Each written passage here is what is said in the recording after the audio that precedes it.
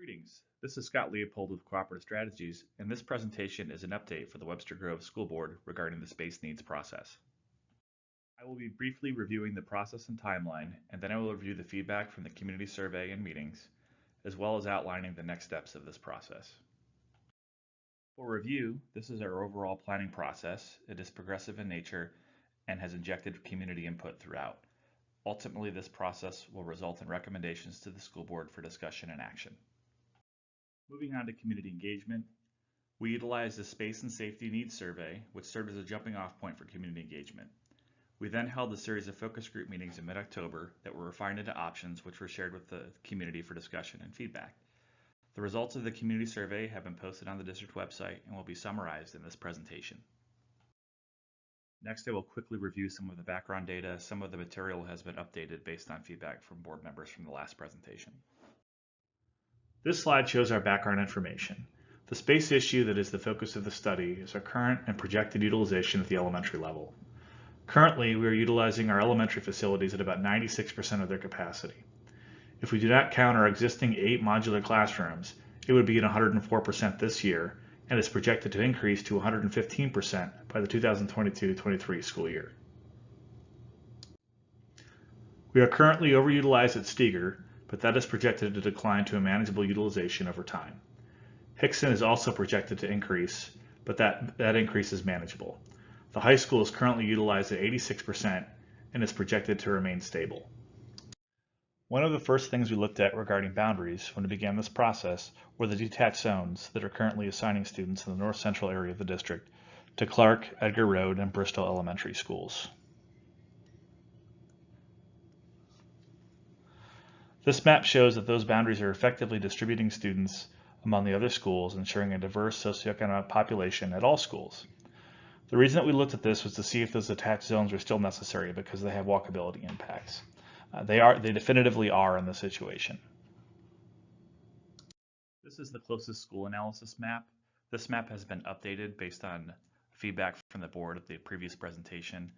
This shows what the boundaries would look like if every student attended their geographically closest school using the roads. We have updated this to include Steger and Givens, and we have included the Givens capacity for this.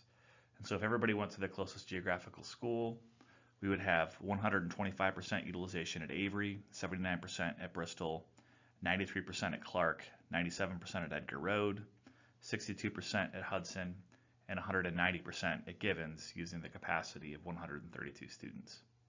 I will go through the survey results.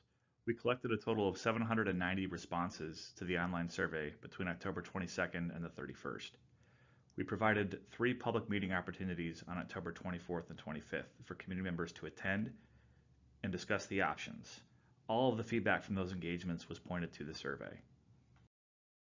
This is option 1. If you recall, this option was simply to allow class sizes to increase at all the schools by a factor of 3 students per grade. Looking at the responses here, most of the responses were not in support of this option. Roughly 65% of the responses did not support it, and we had a little over 15% that did support the option, and about 15% that would be in the middle. Some of the prevalent comments that we had here were that low class size is what draws families to Webster Groves.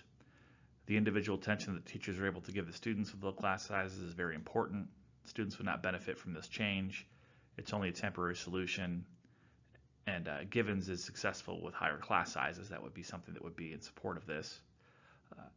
And some people also like that it is a low-cost solution. But again, the majority of the responses were opposed to this option. This is option 2. Option 2, again, was to construct additions at both Edgar Road and Clark for a cost of $7 million. Overall, this had a relatively high amount of support. We had about 57% of the respondents support this option, and a little less than 20% oppose it. Some of our prevalent comments that are in both support and opposing this are they like that it's a long-term solution. Some people dislike the rezoning but understand the land constraints of the other sites. Phasing in would make this easier. Reduction of modulars is very desirable. We love that this would not include a tax increase. Concern about the disruption of construction during the school year. This is option 3. This option has an addition and the addition of a choice magnet program at Hudson. The cost for this option was $9 million.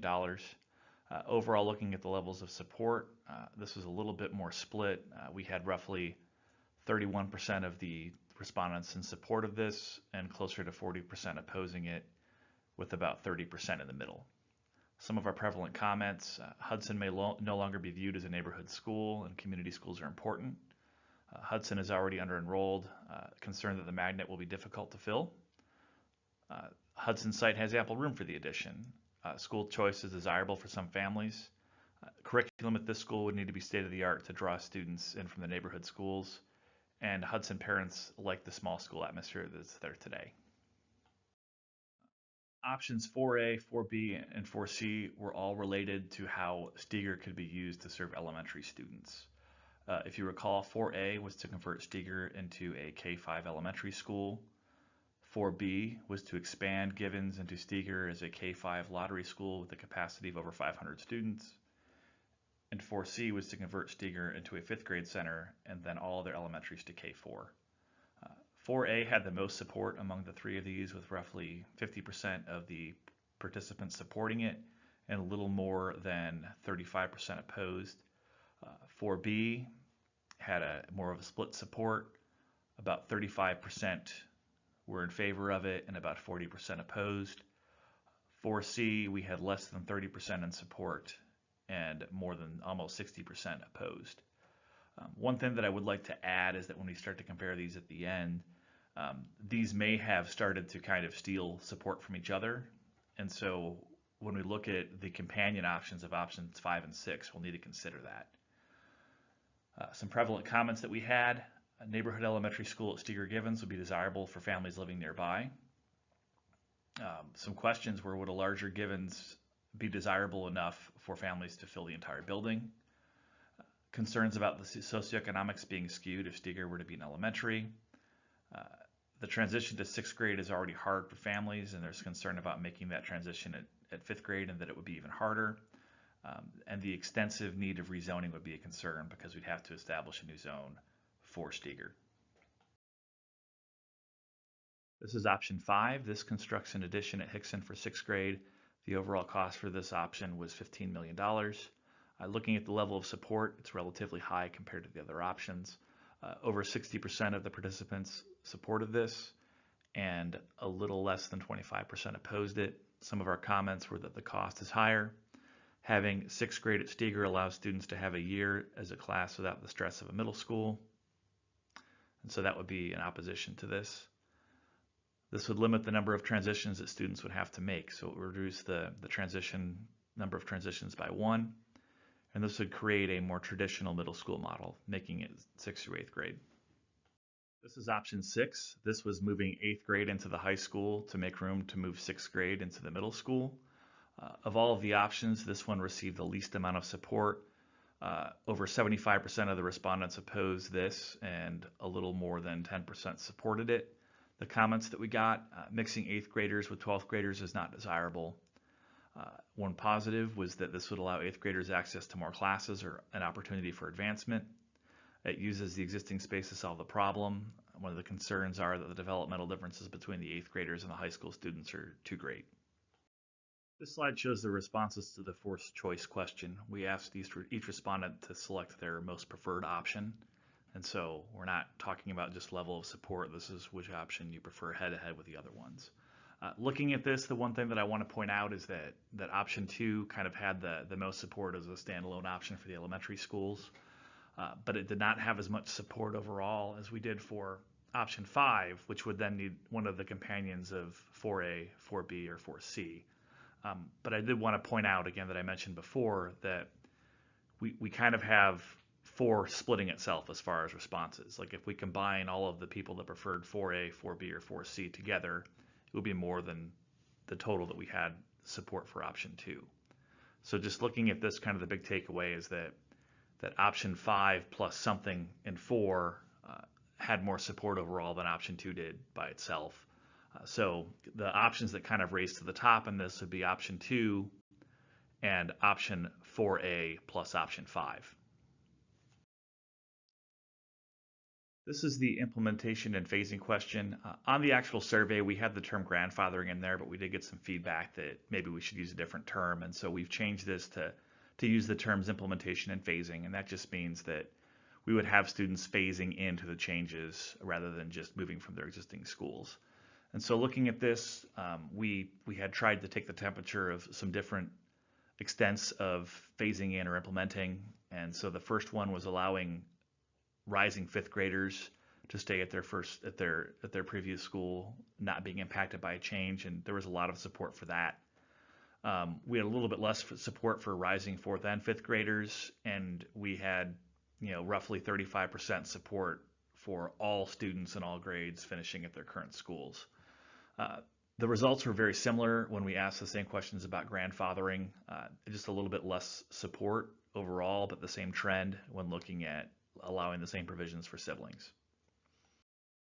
This was another forced choice question that we had. We asked the respondents if they would rather have their children remain at their current school, knowing they may be in a modular classroom, or if they would rather change schools, knowing that they would be in permanent space. Very close, but we did have more respondents identify with the first, having their students remain at their current school, knowing they may be in a modular classroom. In reviewing the results to the survey, we wanted to make sure that we really left no stone unturned. And so there were a couple different ideas that we saw in the survey that we wanted to kind of flesh out and have the board at least discuss them to see if they warrant further feedback from the community. And so we have put them together in the same option sheet format that we had the previous options. And we had also developed some benefits and challenges internally for your consideration. This is an additional option that places an addition on Steger for fifth grade. Our capital costs would be relatively high. It would be approximately $21 million, which would include the same scope of addition that we had on option 5 at Hickson, but this would be placed on Steger. We would have some additional costs incurred due to complications with the site and traffic. Overall rezoning would be low, number of students rezoned would be low, the extent of phasing in would be high. This would be a companion option to option 4C, which converts all other elementaries to K4. We've worked this out in this option to show givens still in place in the facility, and so the addition would be a little larger, but the cost could go down if we wanted to discontinue that givens program and distribute those students to the other schools. But the way it's shown here is we've included those 6 classrooms as staying. Looking at the benefits for this option, another year at Steger may make transitions easier. The students are developmentally similar, may provide opportunities for fifth grade students to access electives. Space would be freed up in each elementary school. This would allow staff more time to get to better know the children, and it may increase parent involvement, which has been identified as an issue at Steger through the surveys. Looking at the challenges for this option, they are quite extensive. It would require a tax increase. It would definitely be above the threshold of a no tax increase bond issue. The opportunity for siblings to walk or ride to school together diminishes, could be a hardship on parents. Increased traffic flow at the school is a big issue. It's already a compact site as far as where the school footprint is and the traffic patterns to get in and out of there. Given students would probably not be able to remain in the building, again, that kind of depends on the costs. Alone, it wouldn't resolve the short-term or long-term issues at Edgar. We would still need an addition like we had in option 2. And the students would need to remain on site during construction at Steger and Givens, again, which is a very compact site where the actual school footprint of the building is. Here's another additional option. What this option does is this creates 2 6 through 8 middle schools, one at Steger and one at Hickson. This is in response to some of the thoughts that if we had a district-wide 6-8 school converted at Hickson, that it would be one of the larger middle schools in the area. This option would basically be a companion option to options 1, 2, or 3. It in itself does not have any capital costs because we would just be, converting the grade configuration of each school and changing the students and the staff that go there. There may be some costs associated depending on whether we go with option 1, 2, or 3 as the companion. Looking at the extent of rezoning, it would be low at elementary, and we'd have a high level of rezoning at middle school, and the number of students rezoned, again, low at elementary and high at middle school. The extent of phasing in this option would be relatively low because we would have to move some students from Hickson to Steger to make this work because there's not enough room at Hickson for this to just phase in one grade at a time. Overall longevity of the plan would be beyond 2022-23. On to the benefits and challenges. Our benefits are more students would be able to walk for grades 6 through 8. It would eliminate a transition. We'd have less traveling for parents on either end of the district who are transporting their children for 3 years. Overall, less money spent on transportation. The survey results demonstrated to respondents the preference for 6th through 8th grade at Hickson. Provides additional programmatic options for 6th graders. We'd have more space in each middle school and it would enhance articulation from 6th to 8th grade.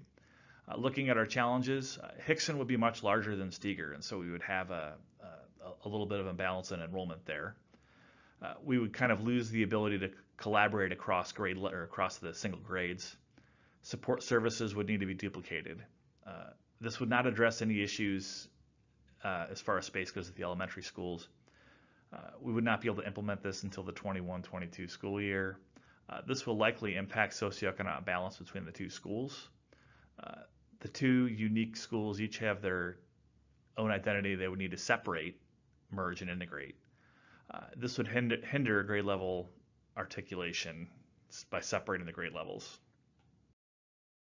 For our next steps, I wanted to start with just a little bit of discussion. There's a couple questions that we have that we could use some direction on.